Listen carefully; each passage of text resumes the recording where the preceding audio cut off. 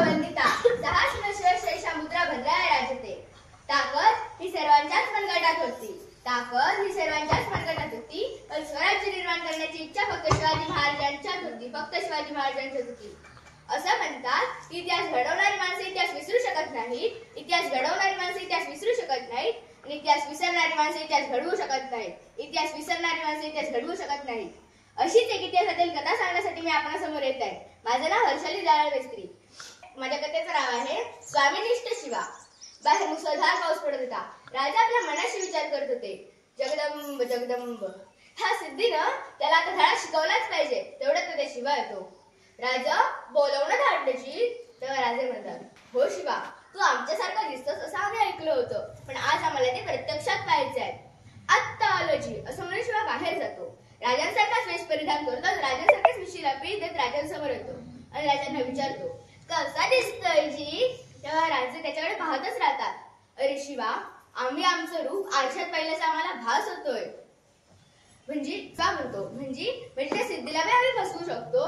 राजा स्तब्ध होतात। शिवा, तुला कसं कळलं की तुला आम्ही आमचं रूप घेऊन सिद्धीच्या भेटीला पाठवणार आहोत?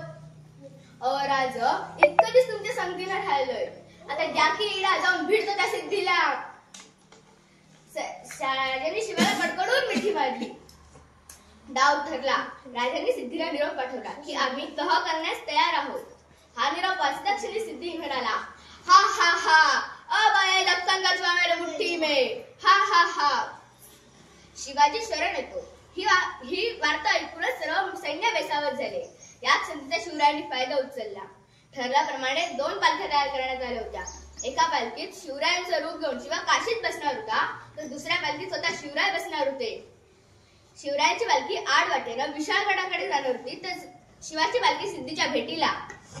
पालखीला पाहून सिद्धी म्हणतो कसा, आओ शिवाजी राजे आओ। शिवा पालखीतून खाली उतरला, गळाभेट झाली, सिद्धी शांत झाला। त्याच वेळी 2 संशयी डोळे शिवावर रोखण्यात आले होते। शिवाचे पाऊल साम्यात पडता क्षणी ते फुटफुटले की ये शिवाजी नहीं हो सकता। हे ऐकता क्षणी सिद्धीने आपली तलवार काढली आणि सपासप वार केले। असं शिवाला विचारलं, सच कहो तुम हो शिवाजी? तेव्हा शिवा म्हणाला, अरे हो, मीच आहे शिवाजी। दुसरा वार, तिसरा वार, अशी वारांची बहुछात झाली। बस सिद्धीने परत विचारलं, सच कहो तुम हो शिवाजी?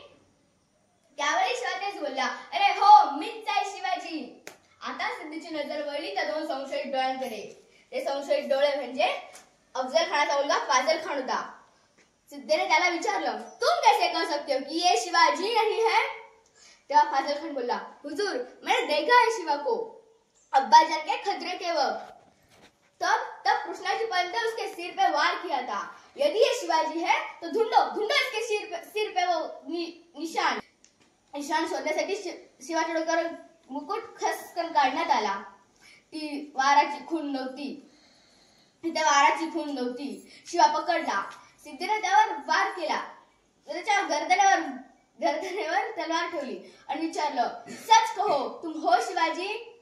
त्यावेळी शिवा म्हणाला, अरे हो, मीच आहे शिवाजी। जरी जन्माला शिवा काशीत म्हणून आलो असलो तरी मरताना शिवाजी महाराज म्हणून मरणार आहे। हे भाग्य काय कमी आहे का? असं म्हणून शिवा कोसळल्यावर बोलला, जाऊन सांग माझ्या राजाला की शिवा मातीत गेला, पण असा तसा मातीत नाही गेला, मातीसाठी गेला। धन्यवाद। जय हिंद, जय जिजाऊ, जय शिवराय।